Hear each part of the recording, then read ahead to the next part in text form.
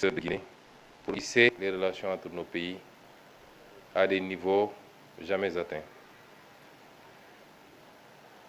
Monsieur le Premier ministre l'a dit tantôt, j'ai choisi de mener cette tournée qui, après la Côte d'Ivoire, m'amène en Guinée, avant de continuer sur votre voisin, la Sierra Leone.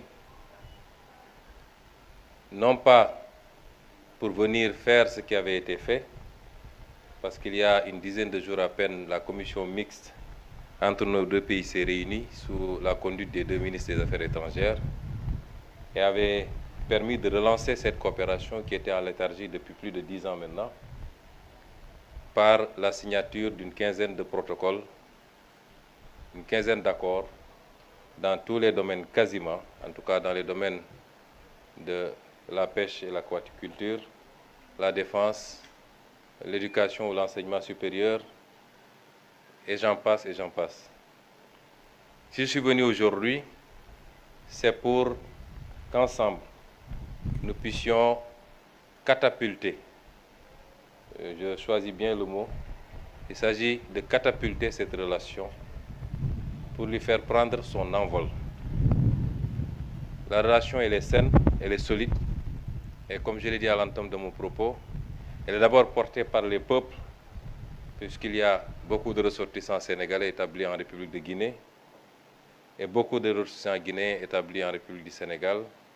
Et de part et d'autre, ces ressortissants sont très bien traités, sont très bien intégrés, ils travaillent, ils gagnent leur vie, s'y marient quelquefois, s'y installent, ils achètent des maisons.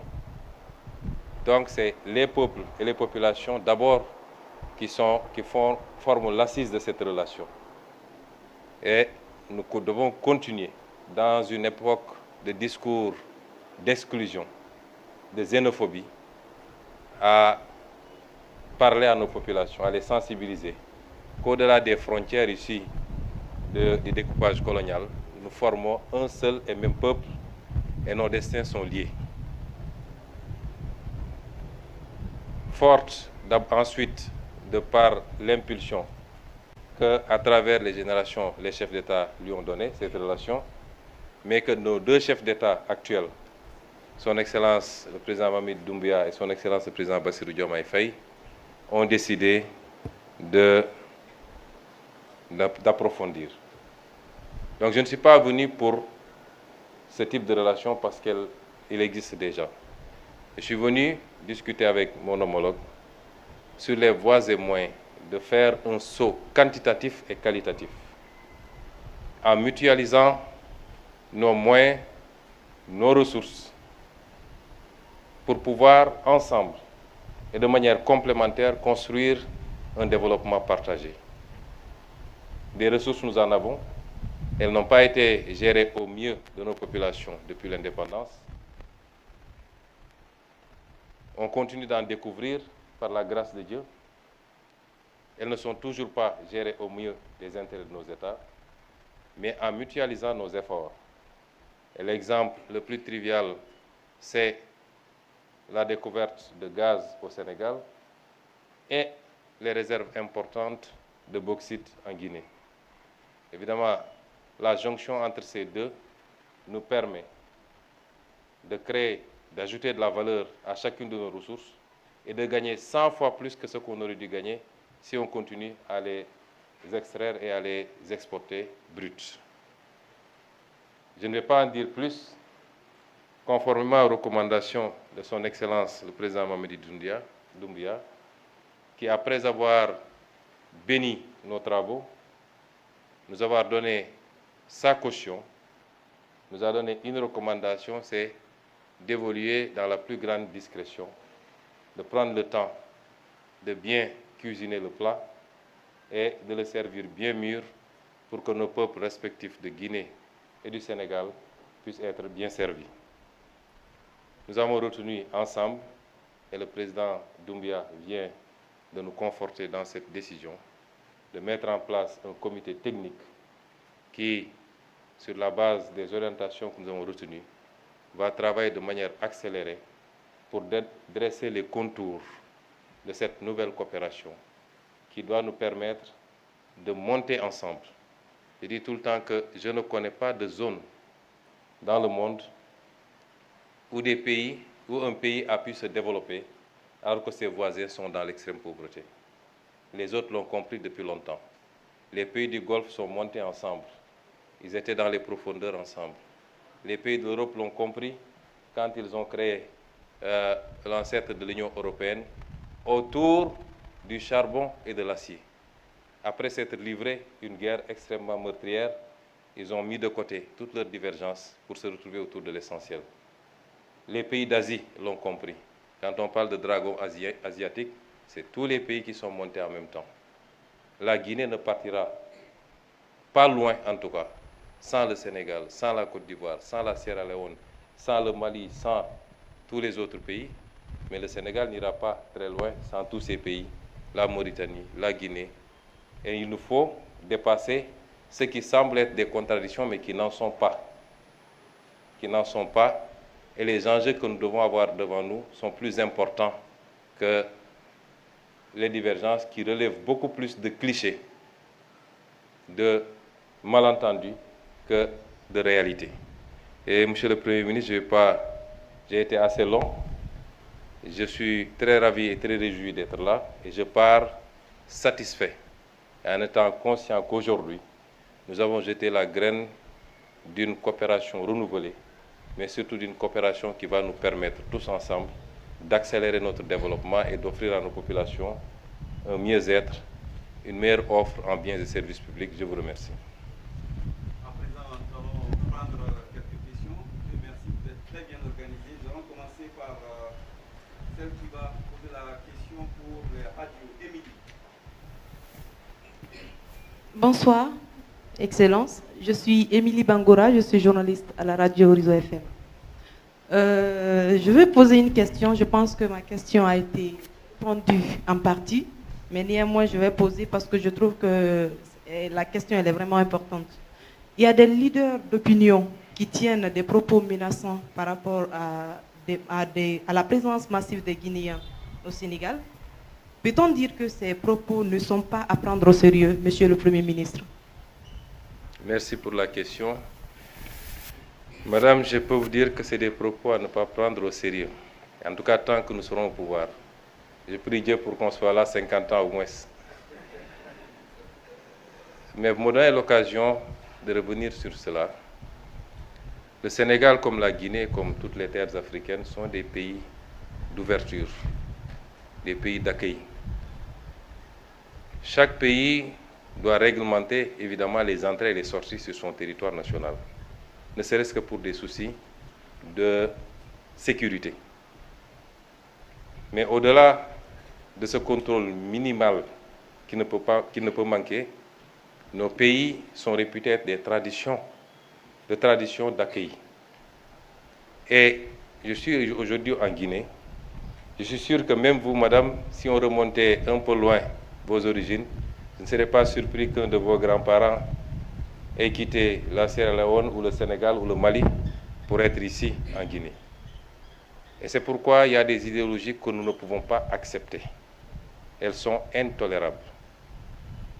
Nous ne pouvons pas accepter des idéologies xénophobes. Le Sénégal est un pays démocratique où la liberté d'expression est garantie, la liberté d'association également, mais ces libertés sont encadrées. Je peux rassurer que tous les Guinéens, vous connaissez déjà mes positions sur la question, que j'ai exprimées à toutes les occasions à l'Assemblée nationale lors de la campagne électorale. Je peux rassurer les Guinéens qui vivent au Sénégal qu'ils sont chez eux, ils continuent à être chez eux. Et je sais que les Sénégalais qui vivent ici, que j'ai rencontrés hier, sont traités de la même manière ici, en République de Guinée. De manière générale, la question que vous soulevez maintenant me permet d'aborder une autre sur les discours d'intolérance et de haine facilités par les réseaux sociaux. Je voudrais appeler notre jeunesse à prendre conscience que cela ne les grandit pas. Ce n'est pas toute notre jeunesse, mais ceux qui se livrent à ces discours, quelquefois appuyés par des politiques, malheureusement. Les problèmes que nous avons à l'intérieur de nos pays ne sont pas dus à la présence d'étrangers. c'est dû à l'incapacité de nos leaders dans le passé à gérer nos pays au mieux de leurs intérêts.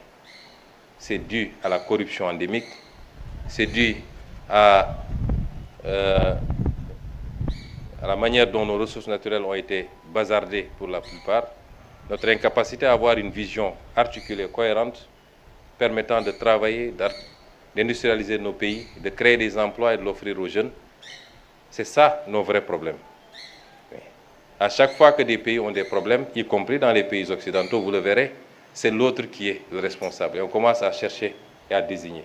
Ces idéologies ne peuvent pas être importées, elles sont inacceptables. Et je lance un appel à cette jeunesse, je sais souvent qu'elle m'écoute, au-delà du Sénégal, cette inimité, le terme n'est pas trop fort. Quand vous voyez des compétitions sportives, si la Guinée doit rencontrer le Sénégal, c'est comme si on allait en guerre, alors que c'est tapé sur un ballon simplement. Ça vole très bas, les gens s'insultent, les gens se disent des mots. Il faut que nous revenions à ce qui nous a été légué par nos devanciers. Nous sommes des frères, des peuples frères, des peuples amis. Je ne dirais même pas des peuples, nous sommes des nations frères, sœurs du moins, mais nous sommes un seul et même peuple. Et je voudrais vous rassurer qu'au Sénégal, toutes les dispositions ont été prises pour que les discours xénophobes, indexant l'autre simplement parce qu'il est, que ces discours disparaissent et qu'ils ne soient jamais suivis d'actes. Je vous remercie.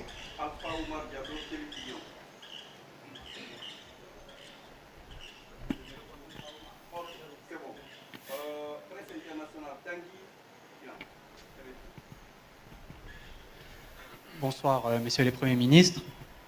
Donc voilà, je m'appelle Tanguy Bihan, je suis journaliste pour RFI, mais je m'exprime au nom également de mes confrères de la presse internationale. Alors en Guinée, ça fait maintenant de nombreux mois que 2 activistes de la société civile et un journaliste ont disparu. Des organisations de la société civile sénégalaise et guinéenne ont interpellé le Premier ministre sénégalais Ousmane Sonko sur cette question, lui ont demandé de s'exprimer auprès des autorités guinéennes sur cette question. Alors je voulais savoir si aujourd'hui, au cours des rencontres, est-ce que c'est un sujet qui a été abordé et est-ce que vous souhaitez profiter de ce moment devant la presse pour vous exprimer à ce sujet? Merci pour la question. Je suis venu ici pour une tournée économique et voilà une question éminemment politique. Monsieur Tanguy, les États, quel que soit le niveau de fraternité et d'amitié qu'il y a, les États ont nos réalités internes qu'il faut respecter. Aujourd'hui, il y a des gens qui sont arrêtés au Sénégal pour différents délits, qu'on peut qualifier, certains qualifient de délits politiques. Et ce n'est pas aux autorités guinéennes de venir au Sénégal nous dire ce qu'il faut faire. Je m'abstiendrai par respect de venir en Guinée pour avoir à dicter aux Guinéens ce qu'il y a à faire. Si mes relations amicales et fraternelles me le permettent, et si je devais en parler, ce serait en douce, amicalement, mais je ne viendrai pas ici dans une conférence de presse pour vous dire que j'ai dit ceci ou j'ai fait cela. Et je pense que globalement, ça doit se passer comme ça. Nous nous préoccupons mutuellement de l'évolution de chacun de nos pays, puisque la stabilité de chacun de nos pays impacte, ou l'instabilité de chacun de nos pays peut impacter sur les autres pays. Nous sommes déjà assez confrontés à la question sécuritaire dans beaucoup de nos pays amis et frères, mais ça ne va pas au-delà de cela. J'ai suffisamment d'expérience politique pour ne pas venir ici vous dire j'ai dit ceci aux autorités guinéennes. Ça ne relève pas de ma compétence. Mais je souhaite et je prie pour que dans tous nos pays, le Sénégal, la Guinée et tous les autres pays, qu'on ait la paix, la stabilité. La paix politique s'entend, la stabilité, la concorde, et qu'ensemble nous puissions travailler à construire ce que les populations attendent, c'est-à-dire le développement, indépendamment des divergences d'opinion qui ne peuvent manquer dans un pays. Merci.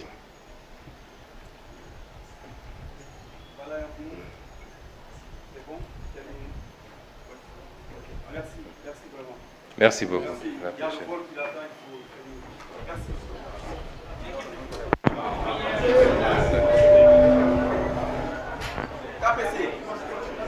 Melax TV xibaar yu gaaw leer mandu te dëggu. Notre force, le traitement de l'info. Melax TV.